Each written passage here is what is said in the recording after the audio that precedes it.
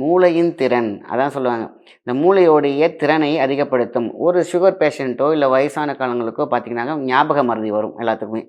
இந்த ஞாபக மறதியை அடியோடு சரி செய்யக்கூடிய விஷயம் இந்த மாதுளை ஓட்டுக்கு இருக்குது. ஸோ ஒவ்வொரு பழத்தோட ஓட்டுக்கும் மிகப்பெரிய ஒரு சக்தி உண்டு. அதுமாரி மாதுளை ஓட்டுக்கு என்னன்னு கேட்டிங்கனாக்கா, நம்ம தலை ஓடு இருக்கு இல்லையா, ஸ்கல். இந்த ஸ்கல்லுக்குள்ளே ஒரு கல் இருக்கும். அந்த கல்லை பவர் பண்ணக்கூடிய ஒரு சக்தி உண்டு.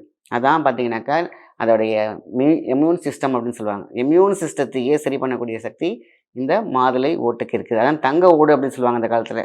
இப்போ நம்ம மாதுளை ஓடுன்னு சொல்கிறோம் இல்லையா, இப்போ வந்து அந்த காலத்துலலாம் மருத்துவர்கள் வந்து பார்த்தீங்கன்னாக்கா வீட்டில் வந்து எல்லாருமே இந்த பவுடர்லாம் அரைச்சிட்டு இருப்பாங்க.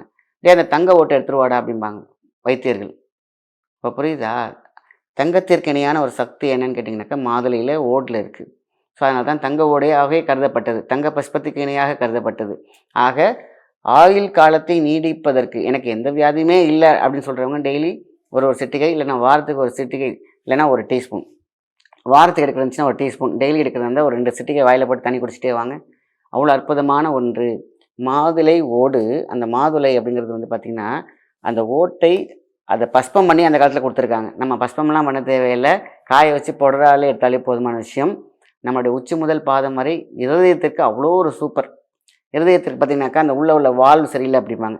இருதய வால்வு வந்து கெட்டு போயிருக்கு, அது சரியாக ஃபங்க்ஷன் ஆகலை, இல்லை உள்ளே வந்து பார்த்திங்கன்னா ஒவ்வொரு அறையும் வந்து க்ளோஸ் ஆகி விரியும் பார்த்திங்களா, அதில் அந்த தசை நார்களுக்கு ஸ்ட்ரென்த் இல்லை அப்படிங்கிறவங்களாம் இதை எடுத்துக்கலாம்.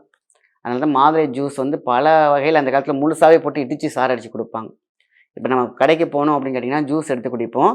நம்ம என்ன பண்ணுவாங்க, அந்த சுளையை மட்டும் எடுத்து ஜூஸ் போட்டு கொடுப்பாங்க. ஓடை அப்படியே தூக்கி போட்டுருவாங்க.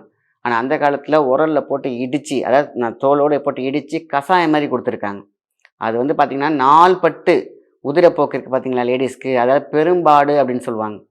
அதுக்கு வந்து இது 2 வேளையில் அழகாக அந்த கர்ப்பப்பையில் இருக்கக்கூடிய அந்த அசடுகளையும் கடசுகளையும் எல்லாத்தையும் வெளியில் தள்ளக்கூடிய சக்தி இந்த மாதுளை இடித்து கொடுக்கக்கூடிய ஒரு பக்குவம் இருக்குது. அதாவது நாட்டு பழத்துக்கு அது ரொம்ப சூப்பராக இருக்கும். 2-3 பழத்தை போட்டு நல்லா இடித்து அதை அப்படியே என்ன பண்ணுவாங்கன்னா புழிஞ்சு சாறு எடுத்து அப்படியே கொடுத்துருவாங்க.